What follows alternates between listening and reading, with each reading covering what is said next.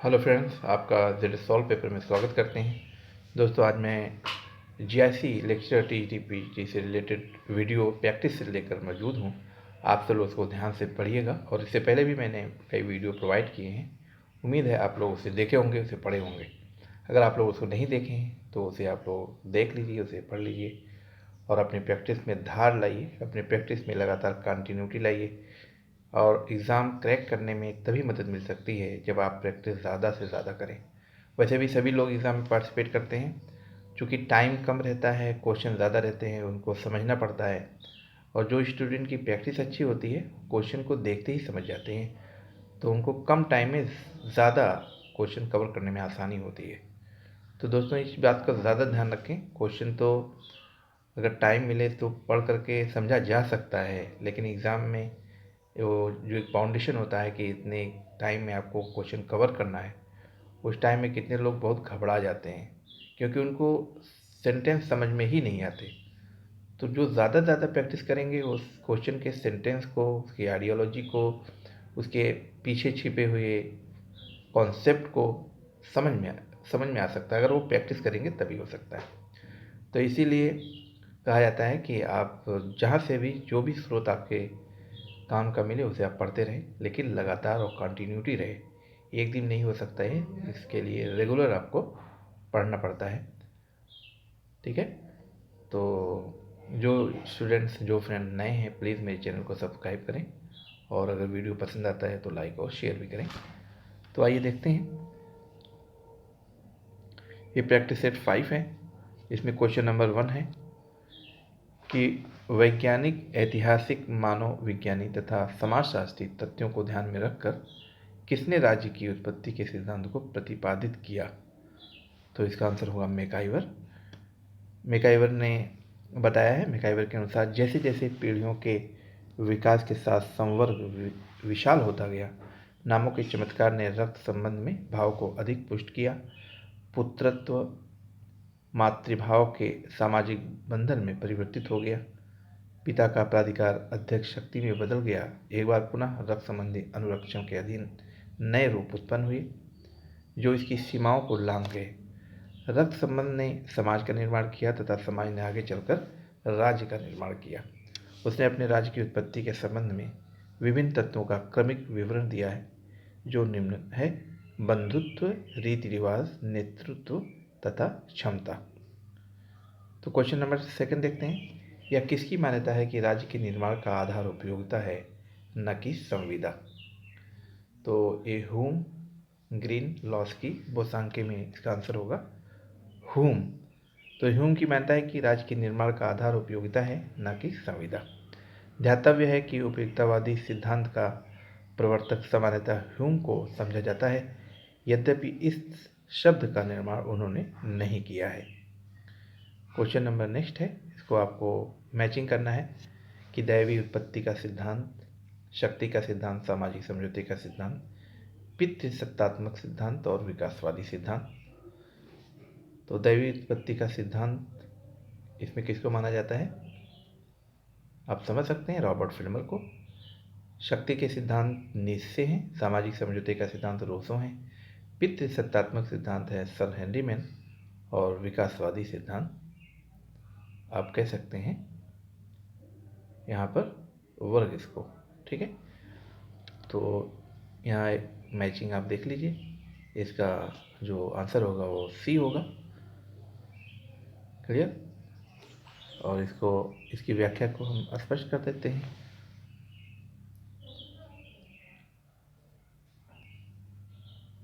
यहाँ पर इसकी व्याख्या आप देख लीजिए कि दैवी उत्पत्ति का सिद्धांत फिल्मर है, शक्ति का नीत्शे है, सामाजिक समझौते का रूसो है, पितृसत्तात्मक का हेनरी मैन और विकासवादी का वर्गीस। और नेक्स्ट है, राज्य शक्ति है इसलिए उसे चुनौती मत दो बल्कि उसकी पूजा करो। यह किसने कहा है? ये ट्रॉट्स्की ने कहा है। तो इसकी व्याख्या में देख सकते हैं कि वान ट्रॉट्स्की ने अपनी रचना पॉलिटिक्स राज्य को शक्ति का समरूपी माना है तथा शक्ति को इस आधार पर नैतिक बताया है कि यही राष्ट्रीय संस्कृति की रक्षा और प्रसार की अनिवार्य शर्त है। ज्ञातव्य है कि जर्मनी के नीचे तथा फ्रांस के सॉरेल ने शक्तिशाली के क्रांतिकारी अधिकार के सिद्धांत का प्रचार किया। क्वेश्चन नंबर नेक्स्ट, निम्नलिखित सिद्धांतों में से राज्य की उत्पत्ति के संबंध में कौन सा एक सिद्धांत सर्वाधिक स्वीकार्य है? तो इसको मैंने कई बार बताया है कि इसका है विकासवादी सिद्धांत। विकासवादी सिद्धांत जो कि विकसित हुआ है ना, राज्य की उत्पत्ति का विकासवादी सिद्धांत, जो ऐतिहासिक सिद्धांत के नाम से भी जाना जाता है, राज्य की उत्पत्ति के सभी सिद्धांतों में से सर्वाधिक स्वीकार्य है। यह सिद्धांत दो महत्वपूर्ण बिंदुओं पर बल देता है। पहला, राज्य निर्मित नहीं हुआ बल्कि विकास का फल है। दूसरा, राज्य के विकास में एक नहीं अपितु कई यानी अनेक घटकों ने भूमिका निभाई है। क्वेश्चन नंबर नेक्स्ट, एक मानवीय चेहरे के साथ पूंजीवाद इंगित करता है विश्व राज्य को, फांसीवाद राज्य को, मार्क्सवादी राज्य को, कल्याणकारी राज्य को। तो एक मानवीय चेहरे के साथ पूंजीवाद इंगित करता है, इसका आंसर होगा कल्याणकारी राज्य को। कल्याणकारी राज्य की संकल्पना सकारात्मक उदारवाद पूंजीवाद की महत्वपूर्ण देन है। कल्याणकारी राज्य के विकास में औद्योगिक क्रांति के उन्मत्त दौर की परिस्थिति का विशेष हाथ रहा है। क्वेश्चन नंबर नेक्स्ट,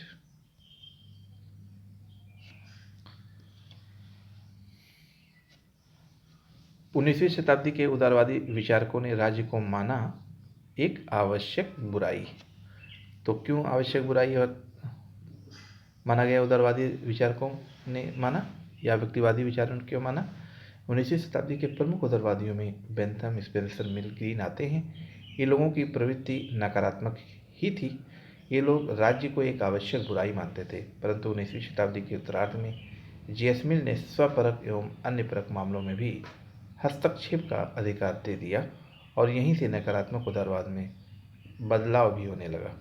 बाद में नकारात्मक उदारवाद को पूर्ण रूपेण सकारात्मक उदारवाद में परिवर्तित कर दिया गया। क्वेश्चन नंबर नेक्स्ट देखते हैं, निम्नलिखित में से कौन सा सिद्धांत सही नहीं है? उदारवाद लोकतंत्र का पक्षधर है, बिल्कुल सही है। उदारवाद धर्मनिरपेक्ष यानी पंथ निरपेक्ष राज्य का पक्षधर है, ये भी बिल्कुल सही है। उदारवाद व्यक्तिगत संपत्ति के उन्मूलन का पक्षधर है, ये बिल्कुल गलत है, क्योंकि उदारवाद व्यक्तिगत संपत्ति के उन्मूलन का पक्षधर नहीं है बल्कि समर्थक है, यानी कि व्यक्तिगत संपत्ति को बढ़ाना चाहता है। इसमें अहस्तक्षेप की नीति उदारवाद के लिए इम्पोर्टेंट मानी जाती है, लेजेस फेयर की नीति पर चलता है। तो उदारवाद समानता का पक्षधर है, ये भी सही है। यहाँ पर आर्थिक क्षेत्र में उदारवाद का अर्थ मानव को उत्पादन, विनिमय तथा वितरण करने, कोई व्यापार करने, अपनी संपत्ति को रखने तथा बेचने की स्वतंत्रता प्रदान करता है। क्वेश्चन नंबर नेक्स्ट है, निम्नलिखित में से कौन सी एक अवधारणा कार्ल मार्क्स ने हीगल से ग्रहण की? अतिरिक्त मूल्य, वर्ग संघर्ष, सर्वहारा वर्ग की तानाशाही और द्वंद्वात्मक पद्धति। तो इसमें जो सही आंसर होगा वो है द्वंद्वात्मक पद्धति। तो यहाँ पर व्याख्या देख लेते हैं कि कार्ल मार्क्स ने द्वंद्वात्मक पद्धति हीगल से ग्रहण की, परंतु उसने प्रेरक शक्ति बदल दी। अर्थात हीगल के लिए प्रेरक शक्ति विचार, मस्तिष्क, आत्मा, आवेश या सर्वव्यापी ईश्वर है, वहीं कार्ल मार्क्स के लिए पदार्थ है। इसीलिए मार्क्स ने कहा कि मेरी द्वंद्वात्मक विधि न केवल हीगल की विधि से भिन्न है बल्कि यह उसके बिल्कुल विपरीत है। क्वेश्चन नंबर नेक्स्ट है, मार्क्स के मतानुसार वस्तु का मूल्य किसके द्वारा निर्धारित होता है? श्रम, पूंजी, भूमि, प्रबंधन। तो इसका सही आंसर होगा श्रम। और इसकी व्याख्या हम देख सकते हैं कि मार्क्स के अनुसार वस्तु का मूल्य श्रम, लेबर के द्वारा विकसित निर्धारित होता है। श्रम यानी कि लेबर के द्वारा निर्धारित होता है, अर्थात किसी वस्तु का मूल्य उस वस्तु के उत्पादन में लगी श्रम शक्ति की मात्रा द्वारा निर्धारित होता है। मार्क्स ने किसी वस्तु की अन्य वस्तुओं की तुलना में मूल्य को व्यक्त करने के लिए विनिमय मूल्य पदबंध का प्रयोग किया। क्वेश्चन नंबर नेक्स्ट देखते हैं, इतिहास के दौर में एक समय आएगा जब राज्य का तिरोधान यानी लोप हो जाएगा। तो सब एक कहने वाले कौन है? मार्क्सवाद का सिद्धांत है। मार्क्सवाद के अनुसार जब राज्य में वर्ग समाप्त हो जाएगा तब राज्य का विलोप हो जाएगा, अर्थात समाजवाद की अंतिम अवस्था में कोई वर्ग नहीं होगा, राज्य नहीं होगा तथा इस कारण द्वंद्ववाद का नियम लागू होने से भी रुक जाएगा। तब समाज अपनी पताका पर लिखेगा, प्रत्येक व्यक्ति प्रत्येक अपनी क्षमताओं के अनुरूप काम करेगा, प्रत्येक अपनी आवश्यकताओं के अनुरूप पुरस्कार लेगा। तो मैचिंग देखते हैं क्वेश्चन नंबर नेक्स्ट का। विकासवादी समाजवाद, फेबियन समाजवाद, वैज्ञानिक समाजवाद, काल्पनिक समाजवाद। तो इसमें हम इसकी व्याख्या देख लेते हैं दोस्त। जैसे विकासवादी से समाजवाद है बर्नस्टाइन का, फेबियन समाजवाद जी.बी. शाह का, वैज्ञानिक समाजवाद कार्ल मार्क्स का और काल्पनिक समाजवाद सेंट साइमन का। तो इसलिए इसका जो ऑप्शन होगा वो सी सही होगा। ठीक है। Question number next. मैं पूर्णतः जानता हूँ कि मैं मार्क्सवादी नहीं हूँ, यह किसने कहा? मार्क्स, लेनिन, एंजिल, उपरोक्त में से कोई नहीं। तो इसका आंसर होगा कार्ल मार्क्स। मार्क्स एक व्यवहारवादी विचारक थे। उन्होंने ही यह कहा था कि मार्क्सवाद जैसी किसी विचारधारा का या किसी अवधारणा का प्रतिपादन मैं नहीं करना चाहता। जैसे गांधी जी ने कहा कि गांधीज्म कोई वाद नहीं है ना। तो ऐसे मार्क्स ने कहा कि वो कोई मार्क्सवाद नहीं है। तो एक समाजवादी राज्य बल देता है। क्वेश्चन नंबर नेक्स्ट देखते हैं। एक समाजवादी राज्य बल देता है राजनीतिक स्वतंत्रता पर, आर्थिक समानता पर, व्यक्तिगत संपत्ति के अधिकार पर और न्यायपालिका की स्वतंत्रता पर। तो इसका आंसर होगा आर्थिक समानता पर। मार्क्स समाजवाद का असली ध्येय आर्थिक संपदा और सम्मान के क्षेत्र में न्यायोचित समानता स्थापित करना है। समाजवाद राज्य को सकारात्मक भलाई का उपकरण मानता है। नेक्स्ट है मार्क्सवाद को युग का भ्रम किसने कहा? Acton, Aron, Popper, Laski. तो इसको कहने वाले हैं पापर। तो पापर ने मार्क्सवाद को युग का भ्रम कहा। ओपन सोसाइटी इनकी एक है बुक है, उसमें उन्होंने कहा कि मार्क्सवाद युग का भ्रम है। क्वेश्चन नंबर नेक्स्ट देखते हैं। निम्न में से किसका राज्य संबंधी कोई सिद्धांत नहीं है? फेबियनवाद, श्रेणी समाजवाद, अराजकतावाद और श्रमिक संघवाद। तो राज्य संबंधी कोई सिद्धांत नहीं है किसका? अराजकतावाद का। ठीक है, क्योंकि अराजकतावाद राज्य को कहता है कि यह अनावश्यक बुराई है, यानी अनावश्यक भी है और बुराई भी है। यानी अराजकतावाद का राज्य संबंधी कोई सिद्धांत नहीं है। अराजकतावादी किसी प्रकार की कोई सत्ता नहीं चाहते, बल्कि ताकि मानव की संपूर्ण स्वतंत्रता सुनिश्चित हो सके। ठीक है। कोपार्किन ने जीवन और आचरण की व्याख्या ऐसे मत अथवा सिद्धांत के रूप में की है जिसके अंतर्गत शासनहीन समाज का कल्याण किया जा सकता है। ऐसे समाज में कानून के समक्ष समर्पण करके अथवा किसी सत्ता की आज्ञा का पालन करके सामंजस्य स्थापित नहीं होता, बल्कि विभिन्न समूहों, प्रादेशिक व व्यावसायिक की स्वतंत्र सहमति द्वारा किया जा सकता है। नेक्स्ट क्वेश्चन है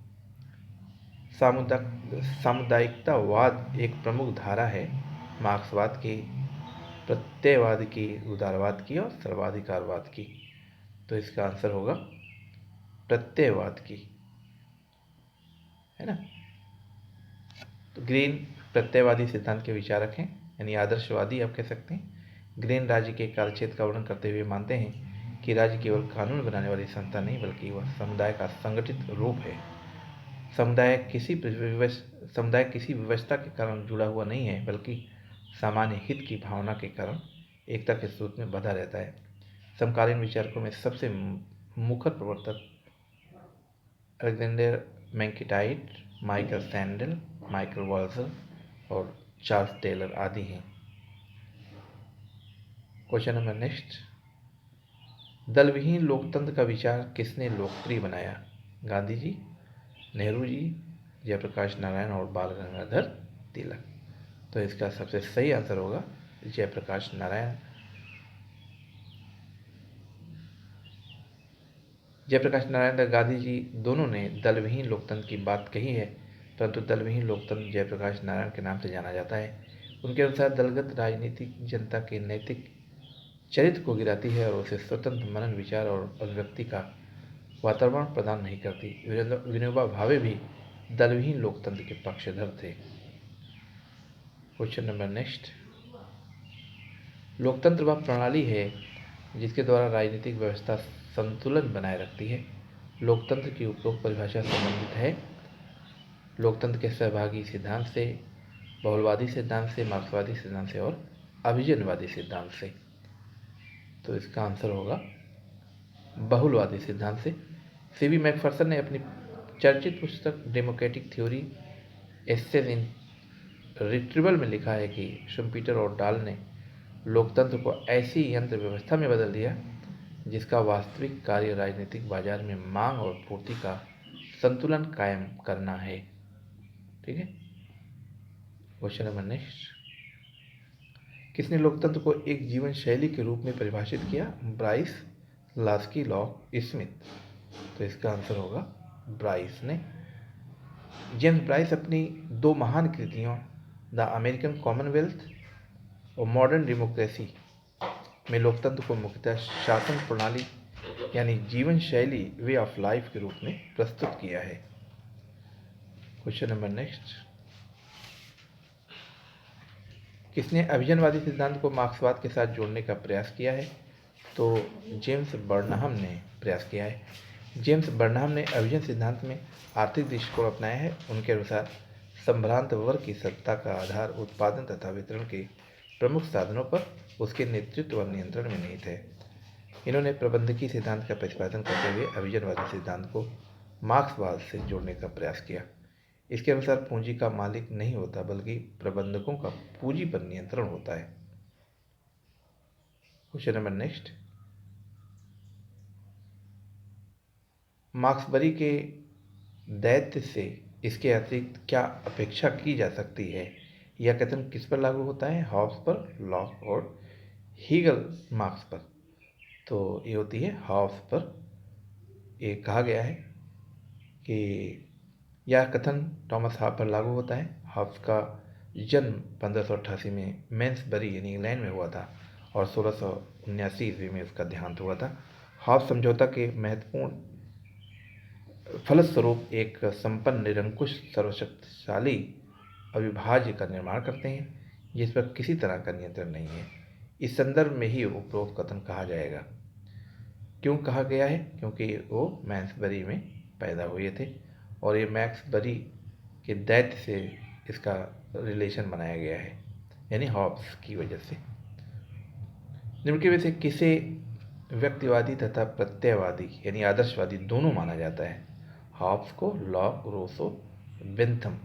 तो इसका आंसर होगा रूसो। रूसो को माना जाता है व्यक्तिवादी और आदर्शवादी। अब यहाँ पर स्पष्ट किया गया है, इसको आप ध्यान से देखिएगा। रूसो की इस उक्ति में आदर्शवाद तथा व्यक्तिवाद दोनों का समावेश दिखता है। हमें से प्रत्येक अपने शरीर को, अपनी समूची शक्ति को अन्य सबके साथ संयुक्त समान इच्छा के सर्वोच्च निर्देशन में रखते हैं और अपने सामूहिक स्वरूप में हम प्रत्येक सदस्य को समष्टि के अविभाज्य अंश के रूप में स्वीकार करते हैं। आगे वह लिखते हैं कि समझौता करने वाले प्रत्येक व्यक्ति के व्यक्तिगत व्यक्तित्व के स्थान पर समूह बनाने की प्रक्रिया में एकदम नैतिक तथा सामूहिक निकाय का जन्म होता है जो उतने ही सदस्यों से मिलकर बना है जितना कि उसमें मत होते हैं। इस तरह मनुष्य अपने व्यक्तिगत रूप और सामूहिक रूप में पाए जाते हैं। क्वेश्चन नंबर नेक्स्ट, सामान्य इच्छा के प्रति वास्तविक आपत्ति यह है कि जहाँ तक यह इच्छा है वह सामान्य नहीं है और जहाँ तक यह सामान्य है यह इच्छा नहीं है। ये किसने कहा? पोसांग के, हेनरीमैन, हॉबहाउस, E.M. सेंट ने। तो इसका आंसर होगा हॉबहाउस ने।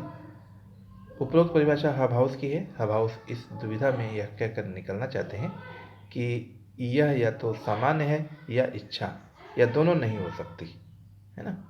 क्वेश्चन नंबर नेक्स्ट देखते हैं। प्राकृतिक अवस्था युद्ध की अवस्था नहीं थी बल्कि भद्र बर्बर यानी श्रेष्ठ बर्बर सवर की स्थिति में था। यह कथन किस विचारक का है? तो यह है जेम्स जे रूसो का है। जे रूसो ने प्राकृतिक अवस्था के बारे में लिखा है कि इस अवस्था में मानव सभ्य बर्बर है। वह इस अवस्था में आदिकालीन सादगी तथा ग्राम्य आनंद के जीवन का उपयोग करता है। वह विवेक द्वारा नहीं बल्कि अपने संवेग द्वारा प्रभावित होता है, जिसका वस्तुओं पर सामान्य अधिकार है, अतः अपने व पराये में कोई भेद नहीं करते, है ना। किंतु सभ्यता के विकास के साथ विवेक जागृत होता है, वह अपने और पराये में भेद उत्पन्न करता है। निजी संपत्ति की प्रणाली उभर कर सामाजिक असमानता को जन्म देती है, अतः संपन्नों और विपन्नों में संघर्ष होता है। क्वेश्चन नंबर 9 देख लेते हैं दोस्तों। सहमति न केवल राज्य के निर्माण का आधार है, बल्कि यह इसके संचालन का भी आधार है। यह कथन किससे संबंधित है? Hobbes, Locke, Montesquieu, Rousseau. तो इसका आंसर होगा लॉक। लॉक के अनुसार राज्य की स्थापना जन सहमति के आधार पर हुई है तथा राज्य वर्तमान परिस्थिति में जन सहमति पर टिका हुआ है। Question number next. प्राकृतिक विधियां मात्र विवेकशीलता की परामर्श है, यह किसने कहा? बोदा, हॉब्स, लॉक, रूसो। तो इसका आंसर होगा हॉब्स। हॉब्स ने प्राकृतिक विधि और नागरिक विधि में अंतर किया है। इसके अनुसार नागरिक विधि प्रभुसत्ता का आदेश है जिसे बलपूर्वक लागू किया जा सकता है, जबकि प्राकृतिक विधि विवेक का आदेश है, इसका केवल आलंकारिक महत्व है। क्वेश्चन नंबर नेक्स्ट देखते हैं दोस्तों। निम्नलिखित में से कौन सही सुमेलित नहीं है? Rousseau, social contact, Locke, lectures on jurisprudence. ये सही नहीं है ना, यानी लेक्चर्स ऑन जूरिस्प्रूडेंस लॉक की रचना नहीं है। मार्क्स ने द कम्युनिस्ट मैनिफेस्टो लिखा है, हॉब्स ने लेवियाथन लिखा है। तो इस तरीके से लेक्चर्स ऑन जूरिस्प्रूडेंस के लेखक जॉन ऑस्टिन है। जॉन लॉक की पुस्तक का नाम second treatise of civil government है। Question number 29। 20वीं शताब्दी में निम्नलिखित में से किसने अपने विचारों को प्रतिपादित करने के लिए सामाजिक अनुबंध सिद्धांत का प्रयोग किया? Spencer, Rawls, Laski, Lenin. तो इसका सही आंसर होगा रॉल्स ने। समकालीन विचारक रॉल्स ने सामाजिक अनुबंध की तर्क प्रणाली का अनुसरण करते हुए एक काल्पनिक युक्ति का प्रयोग किया। इसके अंतर्गत उन्होंने कल्पना की है कि यदि व्यक्तियों को उनकी वर्तमान सामाजिक और आर्थिक परिस्थिति से अलग कर दिया जाए तो वे भावी समाज में अपने हितों की अधिकतम वृद्धि के लिए सामाजिक नियमों का ऐसे निर्माण करेंगे जो सर्व स्वीकार्य होगा। उसी को विश्वव्यापी सिद्धांत मान सकते हैं। तो दोस्तों इस तरीके से मैं एक और क्वेश्चन आपको बताऊंगा, क्योंकि वीडियो बहुत लॉन्ग हो सकता है और चूँकि पहले भी स्टूडेंट ने बता दिए हैं कि वीडियो शॉर्ट दिया करें तो अच्छा रहेगा, तो इसलिए मैं कोशिश कर रहा हूँ कि आपको मतलब कम टाइम की वीडियो दिया जाए। क्वेश्चन नंबर 30 है। राज्य की उत्पत्ति के सामाजिक अनुबंध सिद्धांत के पूर्व चिंतक माने जाते हैं एपिक्यूरियन विचारक को, है ना। तो हॉब्स, लॉक, रूसो से पूर्व सामाजिक समझौते का सिद्धांत सूफी और एपिक्यूरियन विचारकों यानी पोर्फिरियस या Cicero, Spinoza, Hooker, Buchanan, Accursius, Grotius आदि के नामों का उल्लेख कर सकते हैं। तो दोस्तों इस तरीके से मैंने 30 क्वेश्चन कवर किए और उम्मीद है आप सब लोग अपनी पढ़ाई में लगातार कंटिन्यूटी ला रहे होंगे। अगर नहीं लाए हैं तो प्लीज़ आप लोग कंटिन्यूटी अपनी बनाए रखें, क्योंकि एग्ज़ाम के लिए ये इम्पोर्टेंट है। अगर ऐसा नहीं होगा तो फिर प्रॉब्लम हो सकती है। आप सब लोग एग्ज़ाम को लगातार याद करते रहें, है ना। जो जीआईसी लेक्चर के स्टूडेंट हैं वो जून में होने वाले एग्ज़ाम के लिए बिल्कुल एकदम टाइम नहीं है, लगातार वो पढ़ते रहें। और जो फ्रेंड्स नए हैं मेरे चैनल को प्लीज़ सब्सक्राइब करें और वीडियो पसंद आता है तो लाइक और शेयर भी करें। आपका मेरा वीडियो लास्ट तक देखने के लिए बहुत बहुत धन्यवाद।